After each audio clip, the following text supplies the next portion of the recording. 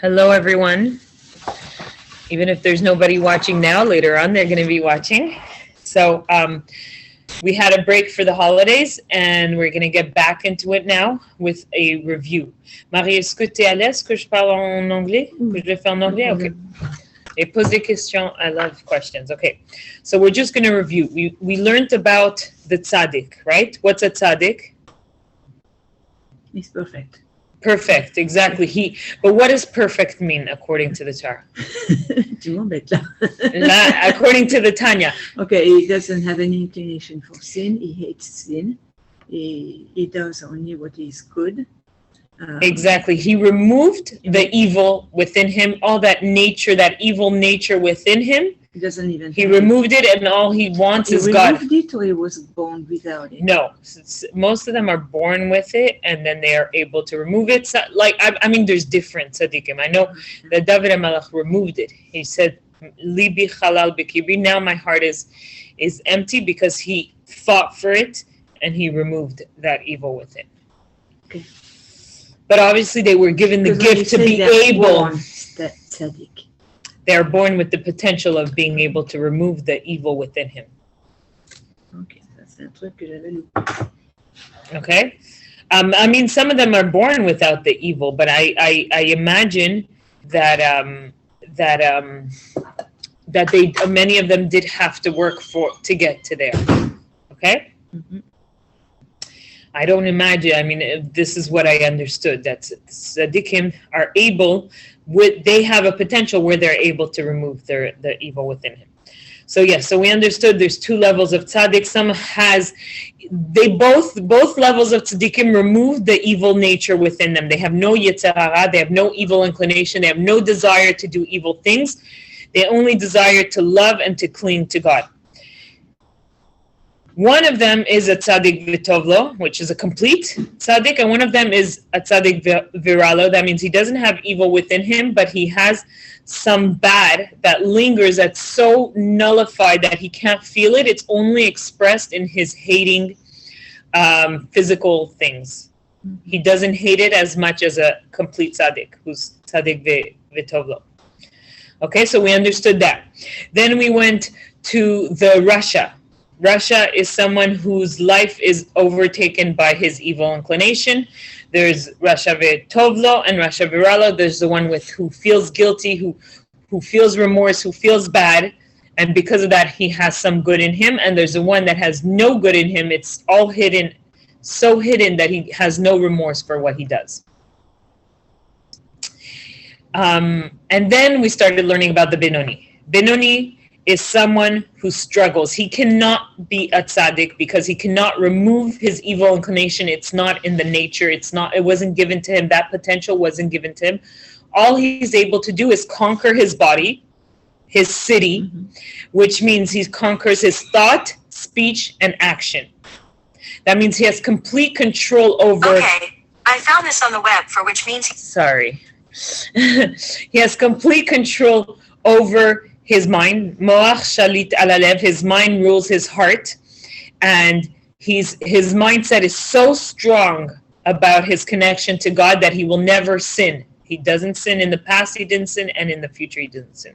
Of course, when he was a Rasha, he sinned, because to be a Rasha, you have to be able to sin. There's a huge a huge scale from the Rasha who does a lot of sin to the Rasha who never sins, but could sin anytime if he was challenged. Okay? So now the chapter 13, 14, 12, 13, and 14 describes the Benoni, describes how the Benoni has the evil, is attracted to evil, but every time he is constantly fighting. The struggle is real. And before the holidays, I actually, as I was cooking for the holidays, I heard a show. I don't know if you heard. Did you have time to listen to the podcast that I shared on the group? No. So interesting podcast. It was talking about anxiety. It was a Dr. Sidney Miller. I don't know if you heard about Dr. Sidney Miller. He's very famous on CJA. He talks on the radio, but he's also a really good therapist. and he says his story, which I never knew his story. On peut avoir l'accès encore? Yeah, it's there. You'll see it. He says his story. He was born religious in a religious home, and he did yeshiva. And at 20 years old, he left everything. Oh yeah, I listened to it. Oh, so you did listen to it. He left everything. He married a non-Jew, and they had a kid. I think that she was converted for his family. I'm not sure, but they weren't practicing. Like, he wasn't interested in religion. She was, of course. And she brought him to different synagogues until they found the Chabad house, MTC. Mm-hmm. And there he discovered the Tanya. He didn't grow up Hasidic. Yeah. Chabad. So he discovered the Tanya, and he fell in love with the Tanya. He realized how it was aligned with what he learned in psychology. He's an amazing psychologist. And he said, and I thought that was so interesting. And then, okay, that was his story. But then he was talking about anxiety or about OCD or about different things that people have. He said, everyone has these things in them. The difference is some people, those thoughts will take over them to the point where it will stop them from eating, sleeping, going to work, and doing regular things. Mm-hmm. But everyone else has it. They just know not to dwell on it. And it made me think of the Benoni. Exactly, that's the Benoni. He has these thoughts, okay? Doesn't dwell. But he doesn't let them take over his life. He doesn't let it affect his thoughts, his action, his speech. And like, for me, when I heard that, and he didn't say it, but when I heard that, I was like, oh, now I understand the Benoni a little bit more. He has that thought, like sometimes you hear about what, someone will describe OCD, and I'm like, oh, I'm a little like that. But no, if it doesn't take over your life, it doesn't, affect your speech, your sleep, your anything, then you're not OCD. That's the difference. You can have that potential, but you didn't let it take over you. So I think it's very powerful. First of all, to know that you're able to overcome things, that you do have control over things, even mental health, which a lot of people don't believe that you're able to heal. But of course, it's going to be harder, It's, anyways, back to the Tanya, the Benoni is that. He has the potential of all those evil desires of wanting to be gluten and of wanting to, whatever it is, and the desires, but he controls them and he doesn't let it take it over his life. And he's always on guard, fighting to make sure that his whole city is controlled by his good inclination. Now, this chapter 15, very, very interesting. We're going to look inside. It actually describes two levels of Benoni. Exactly. It describes a new kind of personality that is very much seen in society, and it's very, very interesting, a very important lesson. Okay, so we're going to go inside. Chapter 15, you're there? Ubazeh yuvan ma shekasuv. With this distinction in mind, we may understand the verse. So what distinction? Of what a Benoni and a Tzaddik. By understanding the difference between a Benoni and a Tzaddik means, now the Tanya, the Alter Rebbe, brings a verse from the Talmud, and that verse, we're going to literally dissect it and try to understand it, okay? So he brings the verse, V'shaftem v'ra'isem ben Tzaddik l'rasha ben oved Elokim la'asher lo avdo. And you will return and see the difference between the righteous man and the wicked one, between him who serves God and him who serves him not. So let me explain you a little bit about this verse. So this verse was written in response to when, I'm not sure who asked, someone asked, what's the point of serving God, of doing Torah mitzvot, if we got dirty, we toiled, we blackened our, right? Because the neshama comes from such a high place, it's pure. Mm-hmm. And it comes into this world and it gets dirty. It comes into this world and it goes into the physical world and it gets dirty, gets ruined. So someone's going to ask, what's the point of the neshama coming and getting dirty and struggling his whole life to keep, not struggling, but keeping Torah mitzvot, but he ruined his neshama. His neshama was pure in the beginning. So the response to this is V'shaftem v'ra'isem ben Tzaddik l'rasha ben oved Elokim la'asher lo avdo. the Talmud answers him, and you're going to return. This is when Mashiach's going to come. You're going to see the difference between a tzaddik and a rasha, between one who serves God and one who doesn't serve him. Okay? Do you have any question when you hear this? So let's see what the Alter Rebbe asked. The Alter Rebbe says, how does this make sense? Tzaddik is someone who serves Hashem, Oved Elokim, and Rasha is someone who doesn't serve.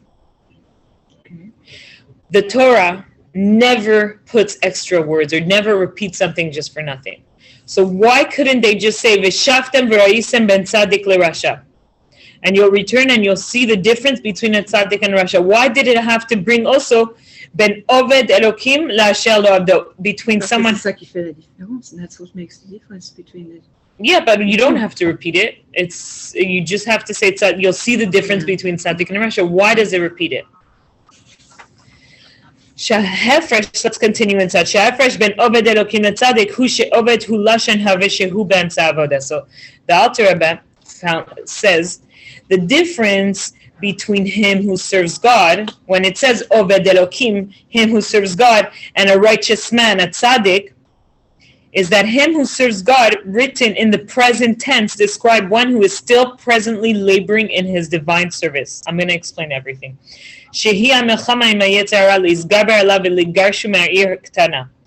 That this is the war with the Yetzer Hara to conquer the small city, the Shelo Yisabesh Be'ivreguf, that the evil inclination should not get dressed in the body.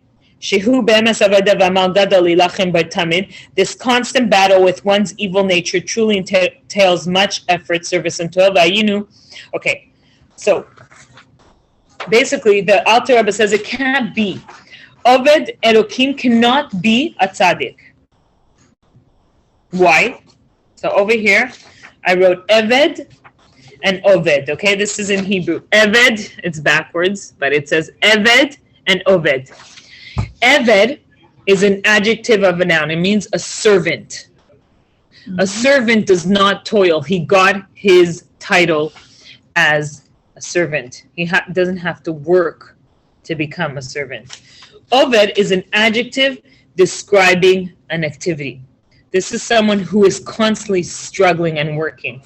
It's impossible for a tzaddik to be an oved. He's not struggling. He doesn't have an evil inclination that he has to fight.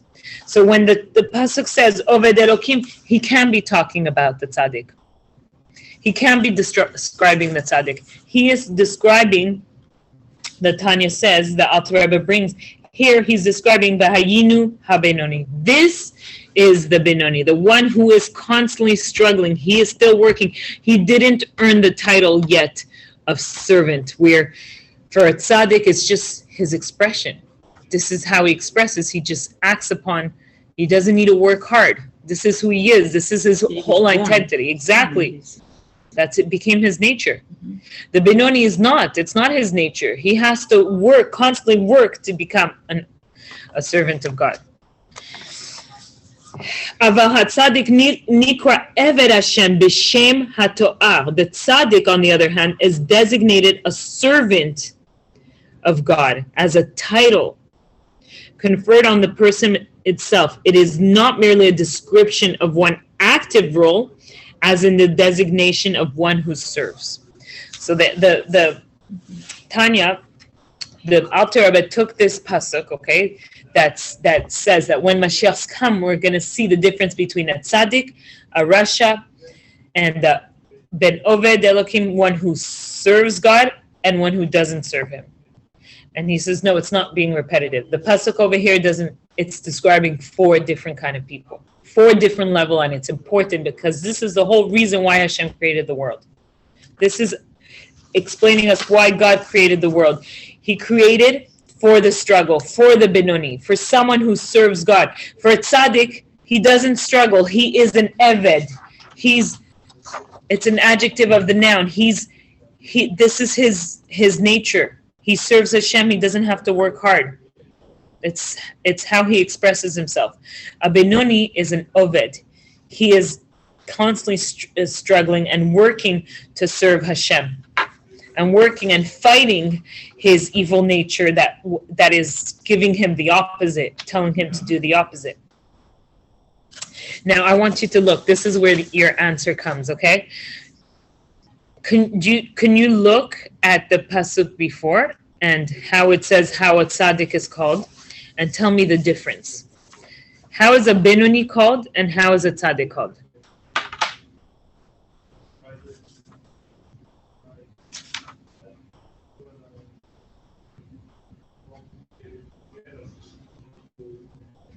Okay. Yeah. The tzaddik is Eved.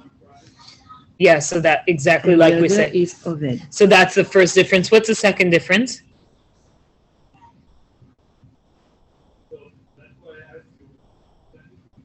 Look what they use. Eved Hashem is for the tzaddik, and Oved Elokim is for the Benoni. So it's very interesting.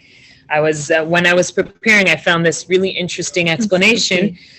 Why, when it talks about the Benoni, it says Oved Elokim, one who serves Hashem, but it uses the name of Hashem that it uses is Elokim. And for a tzaddik, it used Eved. So Eved we know is a servant, and he's a servant of Hashem, but it uses the word Yud Ke Vav Ke. Okay, which is the name of Hashem that describes God in his unity above nature. Why? Because a Benoni, Oved, struggles with the God of nature, with the aspect of God that is in the nature, the aspect of God that is within evil, within nature, and he fights his nature. And what is nature? Nature is, what did we learn about the klipa? Klipa is a husk. And because of the husk, we can't see the unity of God. We can't see. Elokim is the opposite of unity, and that's why it's plural. It's nature. The Benoni has to struggle and fight with the aspect of God that is nature, that is within his nature, within his evil inclination, that's within the husk and the klipa. That's what he fights with. That's what he serves. That's the Elokim that he knows. On the other hand, a tzaddik, he removed that evil within him. He removed the klipa within him, and the aspect of God that he deals with is a God that's above nature, that's Yud Ke Vav Ke, and that's a God of unity where everything is one. He kind of lives in the time of Mashiach, when God's going to be revealed. That's why tzaddik doesn't see the world the same way we see it. So when he serves Hashem, he serves the aspect of God that is above nature.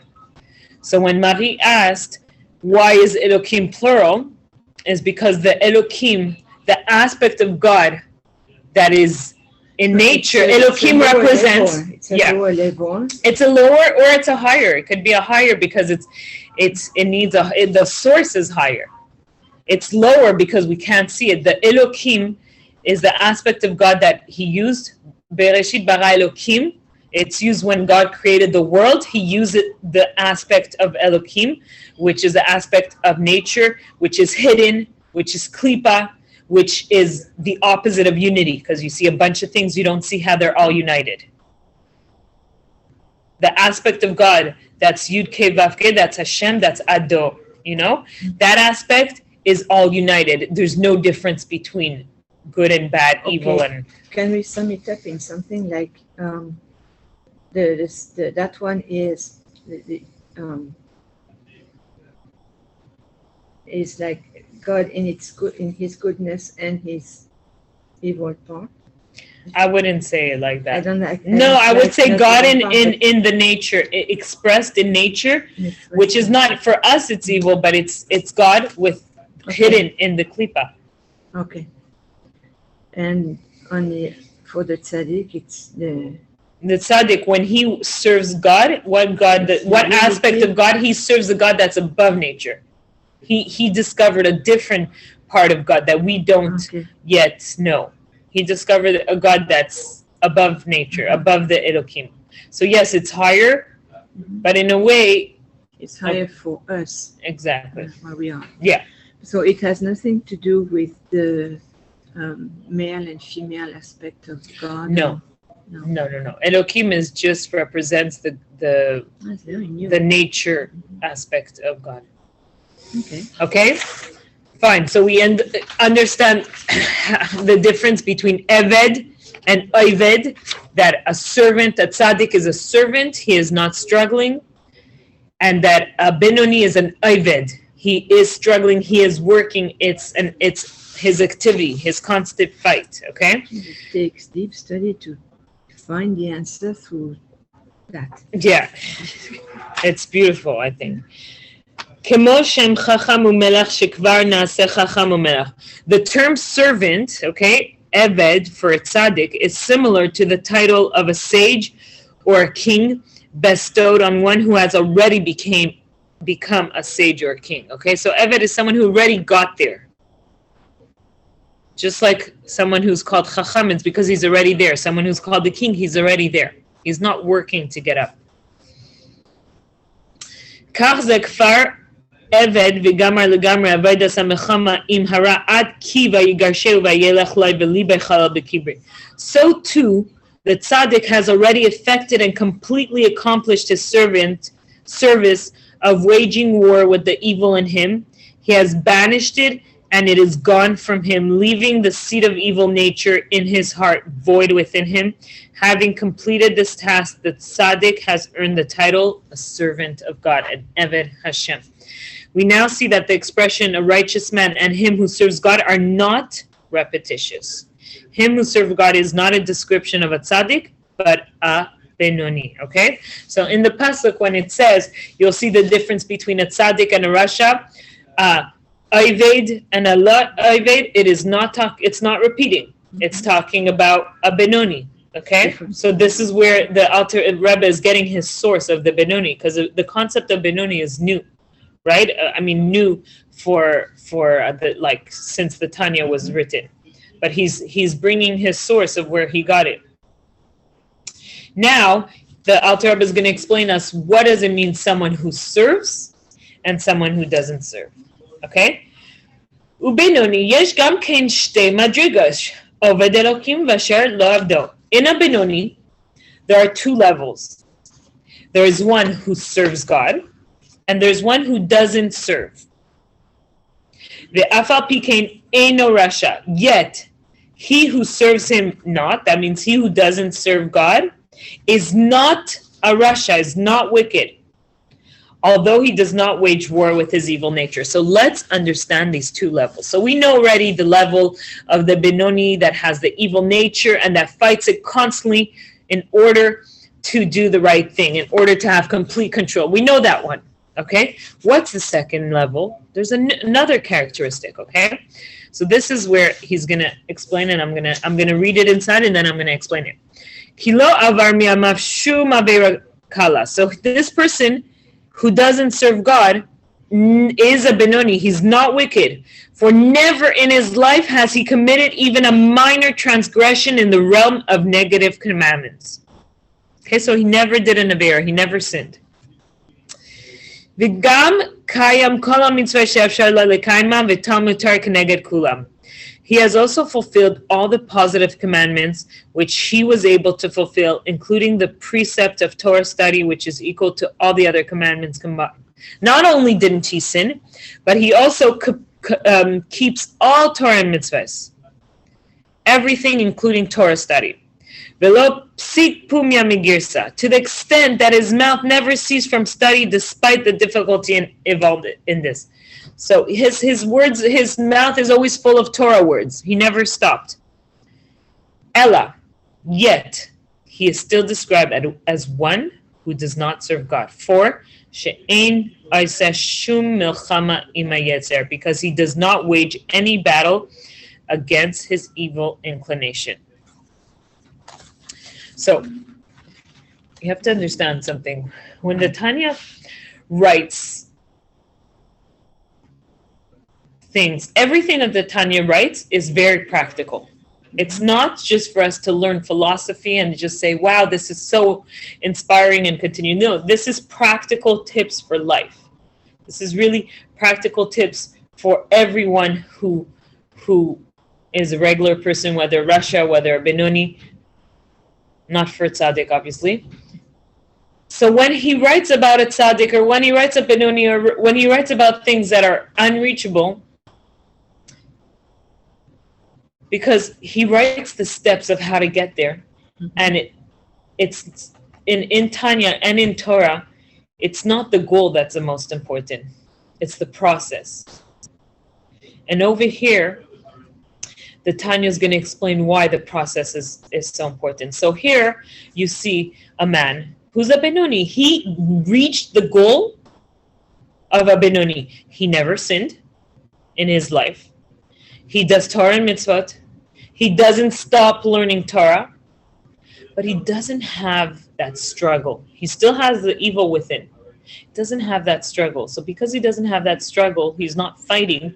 He is not called Oved. He's not called one who serves Hashem. And like I said, because in Tanya, in Torah, the struggle, the process is as important as the goal. So he reached the goal. How did he reach the goal, and why doesn't he have the struggle? Let's understand this character a little bit more. So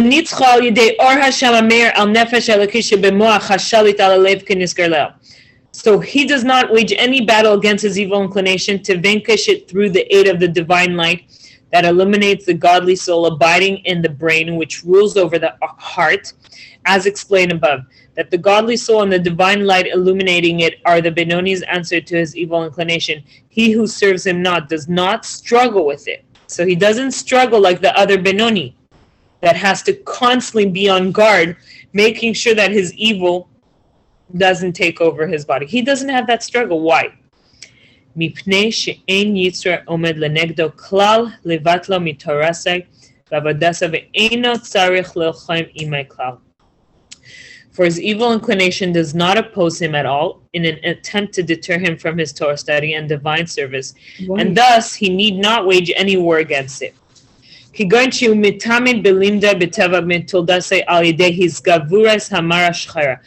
it is, for example, with one who is by nature an assiduous student due to his solid temperament. So the Tanya is teaching us about a characteristic of someone who is mara shchora. It's not the first time that they bring it up. It's someone who has no pleasures. His only pleasure is to study. You know, so bookworms. It's already in his nature. It's in his nature. His animal is different. It's not like the other Benoni's animal, which is fiery and ferocious and alive and constantly looking for desires. It's not the same kind of animal. It's another animal. He doesn't bother him. He lets him study. He lets him do mitzvot. He lets him study Torah, yeah. And he doesn't have that struggle. He doesn't have that fight because it's in his nature.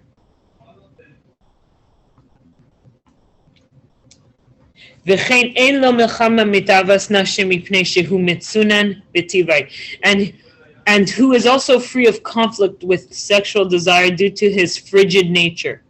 So he also doesn't have those desires because his nature is frigid. Okay? And similarly with other mundane pleasures, he need not exert himself to master a desire for them, for he naturally lacks any feelings for enjoyments.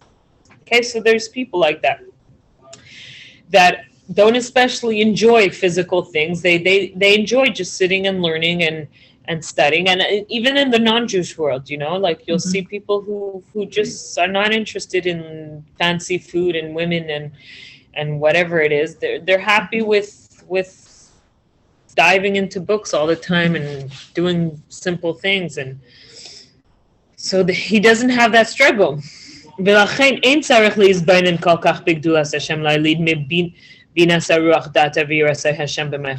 this reason, he does not need to contemplate so much on the greatness of God to consciously create a spirit of knowledge and fear of God in his mind. So he doesn't need to contemplate, because in order to guard himself from transgressing any prohibitive commandments. For him, it's easy to listen to Torah. You tell him He accepts it. It's okay. He doesn't need to start telling himself, God is so great. I need to keep this. He doesn't have that struggle. He also need not create a love of God in his heart, which would motivate him to bind himself to him through fulfilling the positive commandments and through Torah study, which equals all the other commandments together. The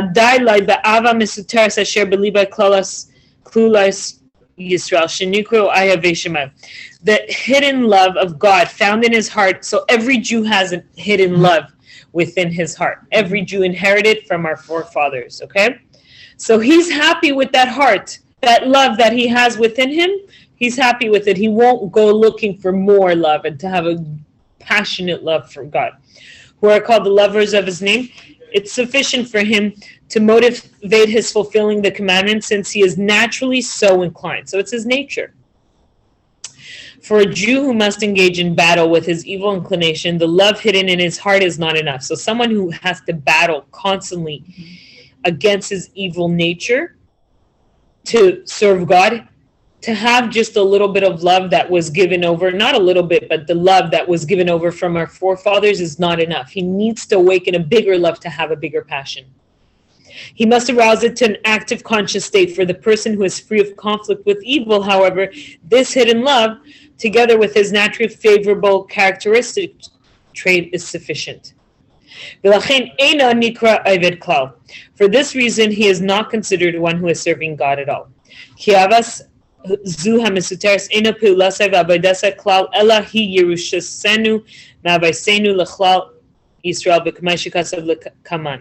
For this Latin love is not of his making or achievement by any means.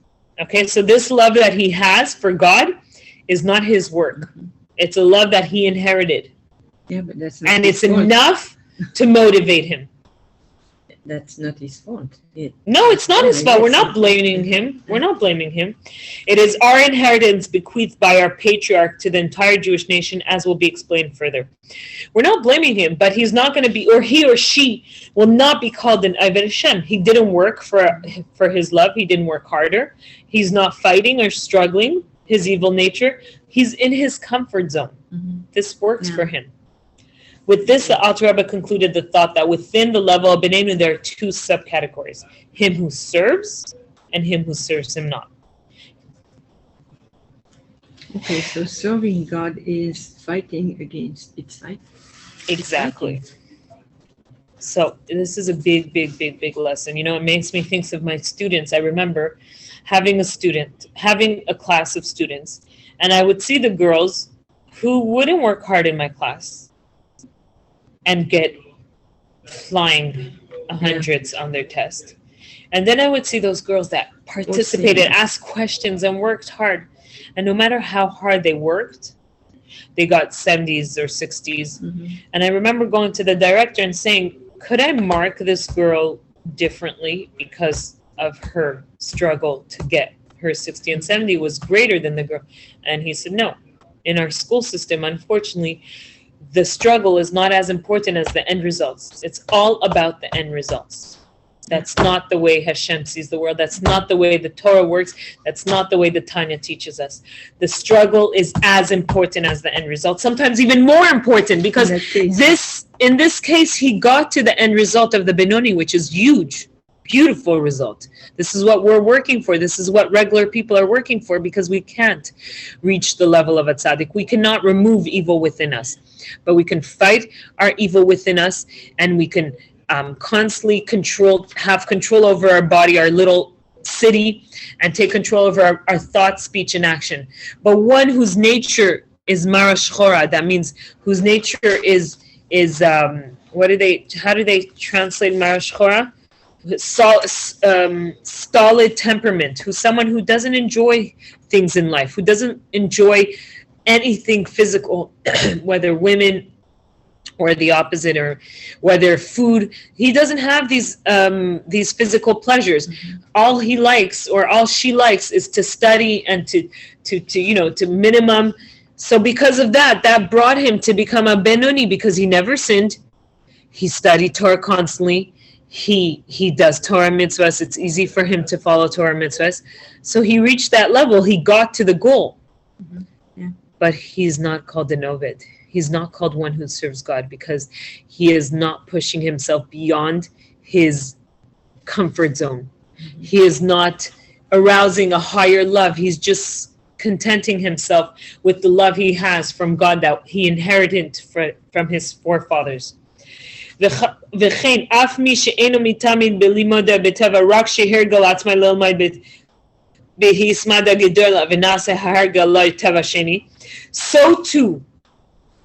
Okay, so now we understood the difference of the Benoni, but now the Alter Rebbe is going to explain why it's so important not to get used to doing things and not to stay in our comfort zone. So too, he who is not inherently studious. Sometimes there's people who not in their nature they're not studious, but has accustomed himself to study diligently, so that this habit has become his second nature. Thus, diligent is now natural for him. So it could also be somebody who wasn't especially a studious person, or who wasn't especially a good person, or whatever it is, but he practiced and really put himself to become used to something, and it became their second nature because it's not their first one, and he became studious. So that means that somebody who is somebody can be the high level, not the second level, Benoni. the Benoni who serves God, because he's fighting, but when he wins the battle, he becomes a Benoni who doesn't. So it's not that he wins the battle. It's that he got used to it. His nature got used to it's becoming accustomed. Here, the Alter Rebbe is bringing something huge. That means exactly someone, let's say, who fought for in a certain area, okay, and got used to, let's say, even got used to the level of Benoni and doesn't struggle anymore, then because he's not struggling, he got his nature used to doing Torah mitzvahs and studying, and he doesn't have that passion anymore, then he's not called an Oved. But was he when he was fighting? He was. When he was fighting? Yes, he was an Oved when he was fighting, but he has to constantly, like the struggle has to be constant. The passion, he has to constantly challenge himself. That means the trip has no end. The trip has no end. It has, well, should not have an end, because once you get to the end, you've conquered. There's never an end. No, until you live 120, you never reached a goal. You never retire and say, that's it, I'm done. I struggled my whole life. Now it's my time to stay, Mm-hmm. You could. I mean, you're just not going to be someone who serves God. You're not going to have that passion. That's not what God is looking for in us. Jeez, that takes a lot. It takes a lot, and I think it's beautiful. Wow. Yeah, it's beautiful, but it's. I see that in the realm of the impossible. I don't think so. For me, I don't. So let's see how it is possible. Let's see how it's reachable. For him too, the hidden love of God is now sufficient, unless he wishes to study more than he usually does. So suddenly, it's talking about anyone religious who gets used to their religion. Used to the religion. I mean, used to, keeping kosher and studying Torah and doing it, and suddenly becomes second nature, becomes, habit, out of habit. You lose that passion, you lose that love. The love of God is that's within him. That hidden love of God is sufficient. So he's not called an Oved anymore. And to do so, he must arouse a conscious love of God in his heart. Only such a love can supply the strength necessary to free himself from the restraint of his acquired nature. So what is Urazeh Yuvan Mashikasa Bigmar de Iver Lakim Hayinu Misha Shana Pirkai Mea Pa'amim Ve'echa Vilay Abdu Hayinu Misha Shana Pirkai Mea Pa'amim Levad. So this statement explains the Talmudic statement that he who serves God refers to one who reviews his study 101 times, while him who serves him not refers to one who reviews his studies only 100 times. For someone, 100 is just a number. For someone who does something out of habit, he reviews 100 times, it's nothing. It's whatever. It's okay. But someone who serves God is someone who's going to push beyond his limit, and instead of 100, we'll do 101 times. That means that once, that extra time is considered as if is as great and powerful as the 100 time, because he pushed himself beyond his limit. The Tanya teaches us, the Torah teaches us that we always have to don't get comfortable in your Judaism. Don't get comfortable in what you do in your life, in your comfort zone. Push yourself beyond your limits. It seems strange that this 101 revision should outweigh all the previous 100 and should earn the student the designation of him who serves God. Okay, so it's weird to say that the one time that's extra is more than all the 100 times. However, when we appreciate the struggle one must face in order to learn more than it is his custom, this is readily understood, as the Alter Rebbe goes on to explain. Okay, so now the Alter Rebbe is going to bring another example to make us explain more, even more. והיינו משום שבימיהם היו הרגילוס לשנס כל פרק 100 פעמים. 1246. Okay, this is so because in those Talmudic days, it was customary to review each lesson 100 times. Thus, to review 100 times did not require any effort. Okay, so this Talmudic phrase that was brought, because back then they would review 100 times, so it wasn't any effort. It became second nature because they would do it all the time. Only the 101th revision, which required effort beyond the student's custom, could gain him the appellation of him who serves God. So why is it such a big deal that 101 is equal, the one time is equal to the previous 100? Is because it's out of his custom and his comfort zone. כדאיסא הסם בגמרא משל משוק של חמרים שנזכרים ל10 פרסי בזוזה ולאחד 10 פרסי בסיסרי זוזה מפני שהוא יסר מרגלסם. So in the Talmud it says that back then in the marketplace they would travel on donkeys, and the drivers of the donkeys would usually travel 10 parsi, which is miles in Persian, okay? So they would charge one zuz for 10 miles, 10 Persian miles. But if somebody asked to go an extra mile above 10, that means 11 miles, they would charge double. They wouldn't charge just a little more for that 1 mile. They would charge another zuz for that extra mile. Why? Because it went out of their usual routine. Okay, so that effort. L'excédent de bagage quand on prend l'avion. Exactly. Yeah. So we can see a lot of people.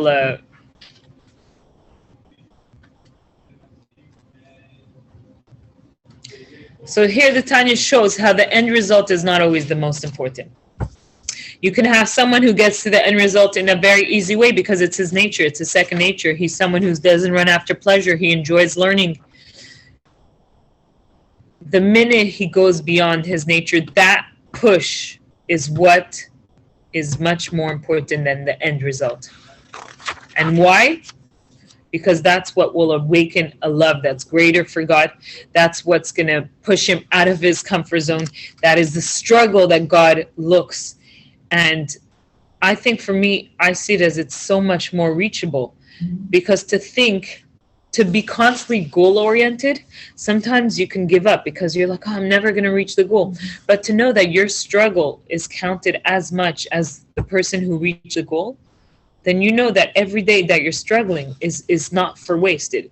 You know, in philosophy, the famous, I don't remember who said it, but I just know that they said every day, life is compared to this man who pushes up a rock every day, and at the end of the day, it what is it called? A mythe de Sisyphe in French. Exactly. And at the end of the day, the rock goes back down. Yeah. But it's totally against Torah, that concept, because Torah believes in struggle.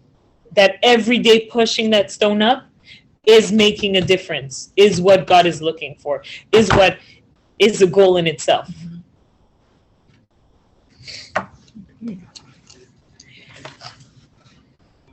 Okay, where are we up to? Interesting.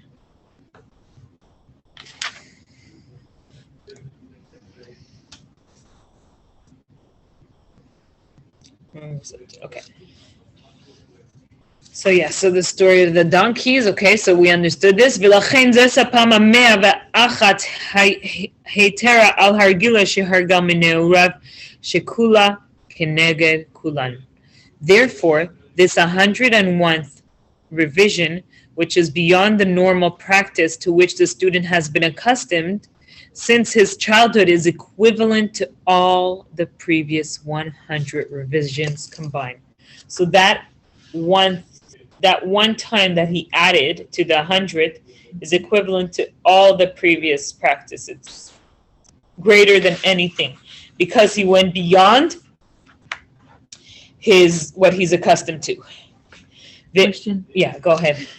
If the struggle is what is so important, what about the tzaddik then? Tzaddik is different. If this book is written for it's a different realm. I believe tzaddikim are there for, first of all, they hold the world. You know, God needs their energy of connection. There's always 36 tzaddikim that hold the world, but we need someone who's unreachable in order to be able to reach what we're going to reach. Yeah. But no, they don't have the same. It says, I forgot who it was, but one tzaddik said, I'm actually jealous of your struggle that I don't have. So tzaddikim are jealous that they don't have that struggle. In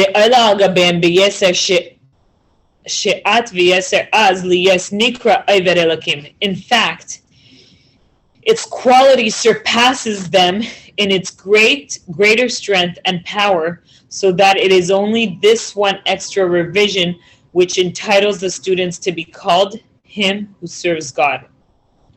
That extra push that he did from 100 to 101 is what makes him earn that title of one who serves God. Before that, he didn't serve God. He did things out of regular. No, you know? It's the image of a race anyway. In a running race, it takes just one very small advance to be the winner. Exactly. And all the others won the same race and arrived at almost at the same time, but that's one. That little, yeah. Exactly. For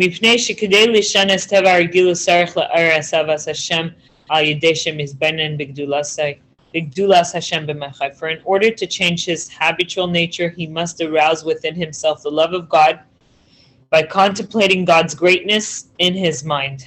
So he can't. So the Alter Rebbe over here is saying, you know, you could be a Benoni. You got the result. You got to the goal, but you're not going to be called Oved Hashem, one who serves God. In order to be called one who serves God, you have to change something that you're used to. You have to arouse that love of God that is higher than the love that you have within you that you inherited. It has to be higher. In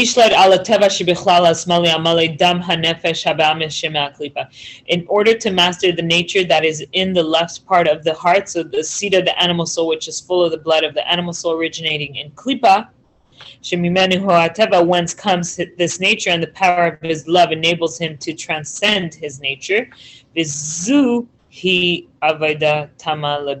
And this is a perfect service for Benoni. So to overpower one's animal soul through a love of God generated by meditation, this is the real true service of Benoni. So yes, he reached a Benoni, but he's not doing the service of a Benoni.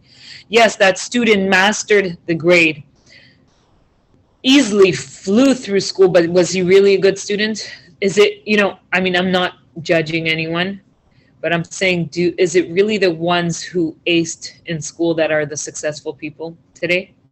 I find that they didn't learn. They didn't learn to struggle. They didn't learn to work. They didn't learn to connect.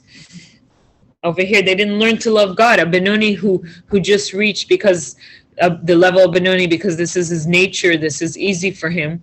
He never learned to love God. He doesn't have that love of God. He didn't learn about Hashem. He doesn't know Hashem.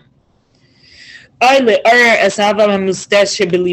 alternate type of service for Benoni is to arouse to a revealed state the love of God inherently found hidden in his heart. So either it's to fight, it's to meditate on Hashem in order to be able to overcome his evil nature, or if he doesn't have an evil nature that he has to fight, is to arouse the love of God.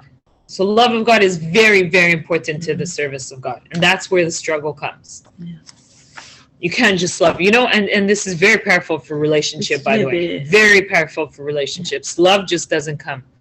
Either you are going to fight for it by fighting your whatever instincts for that person, or by fighting for that person, or if you're not a fighter, or you don't have anything, you're an easygoing person, you still have to work to arouse a love for that person. So it's very interesting what the Tanya is teaching us in many, many different levels. Okay, we have a few more minutes. We're going to finish the parak, and next week we're going to review. I prepared already a worksheet. It's very interesting, and I have a very nice story that will explain this parak even more. Limsha al yada la teva shebechlal hasmali, thereby to control the nature that is in the left part of the heart. Shezu nikra gam kein avoda. This too is called serving God, although an imperfect service. So there's two ways. Basically, a Benoni has two ways of struggling, or of fighting. One fight is to fight your evil nature, so by meditating about God and by arousing this love of God so that it will control his evil nature. And one, if he doesn't have an evil nature that is constantly stopping him from serving God, he will have to fight in order to arouse that love of God that is greater than the love that he has within him. Okay. To wage war against his nature and inclination by arousing the love hidden in his heart. If, however, he wages no war at all, that means not engaging even in the lesser struggle of arousing the love hidden within him. Example, when he studies only to the limits of his natural diligence, then although he employs his hidden love of God in his divine service, yes, this love in itself can in no way be credited to his service, and he is therefore called him who serves him not. To be designated one who serves God, the Benoni must engage in a struggle with his evil inclination, either through a love of God, born of meditation, or at least by arousing his hidden love. So there's two ways of struggling. There's two levels of a Benoni. There's two ways of reaching the end result, which is either by really fighting your whole life until you're so strongly opposed to sinning and so connected that you're constantly going to be on guard to fight your evil nature and be connected to God. Or it's in your nature. It's easy for you. You like the books. You like following rules. It's easy for you, so you study Torah all the time, and you're happy with the love, but you're not going to be called one who serves God. In order to be called one who serves God, you have to push yourself beyond what your nature is used to, what you're used to, and arouse a love of God that's greater than the one that you have within you. So this is to conclude this week's chapter 15. Very, very interesting, huge life lesson. And next week, we're going to review that again so that we can understand it better. So thank you, and see you next week.